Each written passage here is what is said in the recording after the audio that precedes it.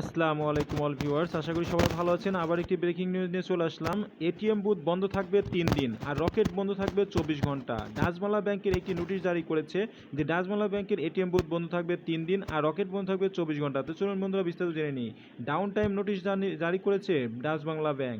সম্মানিত গ্রাহকদের উদ্দেশ্যে একটি নোটিশ জারি করেছে যে এটিএম এবং সিআরএম 72 ঘন্টা, পিওএস 36 ঘন্টা এবং e commerce rocket and money 24 ঘন্টা এবং Nexus debit, visa debit, master debit, NPSB fund স্থানান্তর আউটওয়ার্ড রেমিটেন্স বন্ধ থাকবে 18 ঘন্টা আর মাস্টার কার্ডসের ক্রেডিট বন্ধ থাকবে 12 ঘন্টা।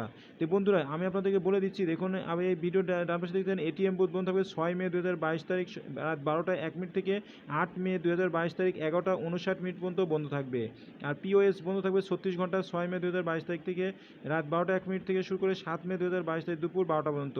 E commerce rocket and money বন্ধ থাকবে 24 ঘন্টা 6 মে 2022 তারিখ রাত 12টা 1 মিনিট থেকে শুরু করে 6 মে 2022 তারিখ রাত 11টা 59 মিনিট পর্যন্ত বন্ধ থাকবে, অর্থাৎ সকাল 00:01 থেকে 6 মে 2022 তারিখ রাত 11টা 59 মিনিট পর্যন্ত বন্ধ থাকবে।